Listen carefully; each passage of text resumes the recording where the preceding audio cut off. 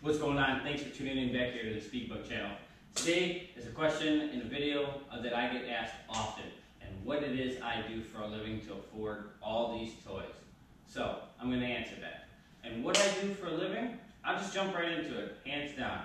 I work in IT, I work with computers, and I manage computer services and servers and so on and so forth, but I'm not going to get all technical with computer analytical with you guys here on camera. It all started when I was much younger, 5, 6 years old. Computers were still kind of up on the upbringing, and then when I was, in grade school, my uncle, he was really heavily into computers, and I started to take a note into that and to follow that. And then I said, you know what, I want my own computer. And I said, rather than get my own computer, I'm going to understand the operating system and everything else with it first. And this is probably 10, 12 years old, and then I decided to build my own computer. Then I took computer classes within school and in high school and so on and so forth, and programming classes. And I found to be so far ahead of my other peers before I even had a job, and found myself to be so much further ahead than the teachers that were teaching it. I'm like, this is easy, this is a no-brainer. But I still loved cars, and I still loved motorcycles, and I kind of still, as I'm graduating high school, I really didn't know what I wanted to do for a living, except to be a race car driver. And unfortunately, my family and I are not wealthy enough for me to have and crash a bunch of cars to become a race car driver before I could get a sponsor. So I decided to further pursue into mechanics and stuff like that, because that's what I loved. It was my passion, even though I was really good at computers. And I'm still very good as a mechanic. And then I started turning wrenches, and I liked it, and then, we had the whole economy crash in 2008, and it just, cars were just not, especially performance, people weren't looking for cars that, were drinking up a lot of gas, because, hell, nobody had any money.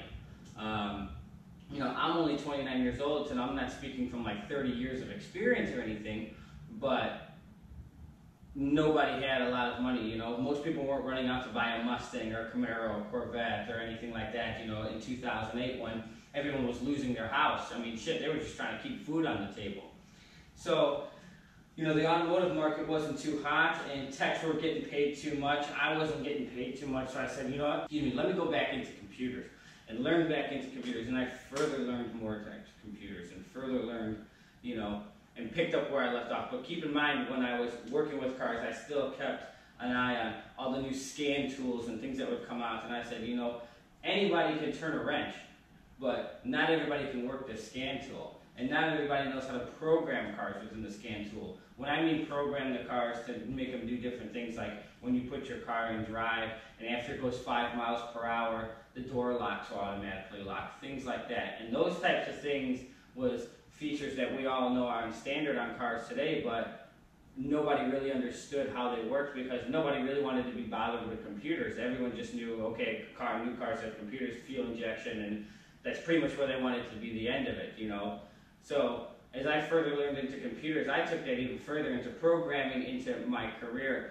and learning other platforms and languages and web development and things like that I know large corporations, large corporations such as like Exxon and Shell and BP, that will want somebody like me to design their website, to design their internet traffic, servers to talk from one to another, from North America to South America to Asia, APAC, all these other places.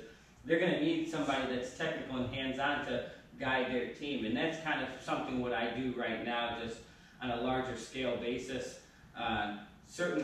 Whether it be a contract job or a permanent role, whatever it is that I'm currently working on.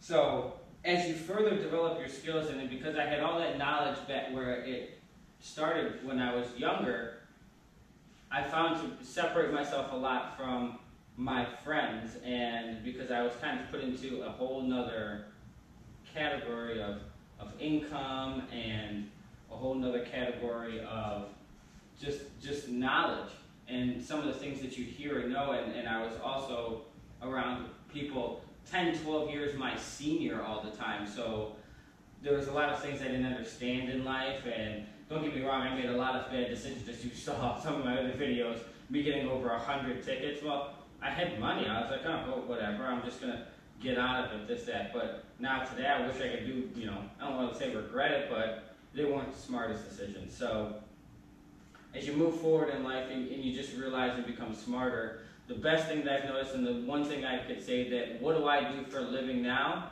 is the best thing that I use and do for a living now is use my head. And I stay on top of trends and try and stay ahead of the curve, especially with technology.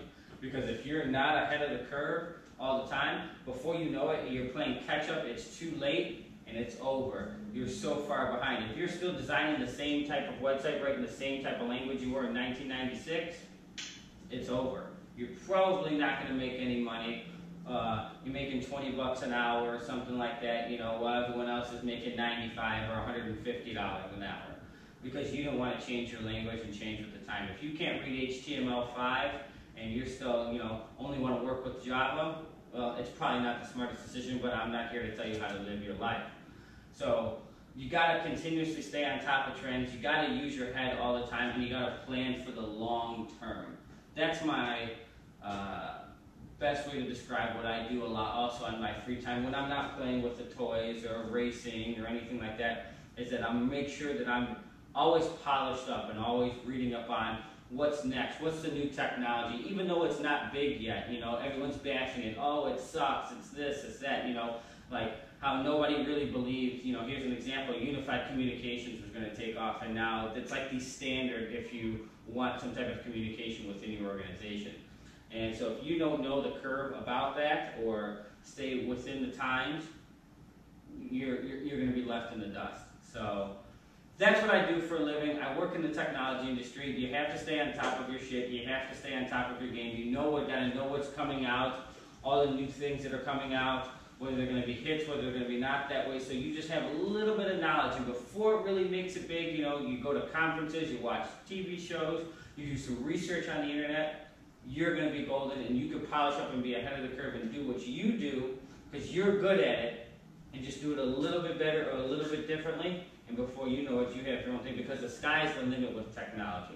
When you start writing custom code and doing custom things and using some custom application, the sky is the limit. There's no right or wrong way.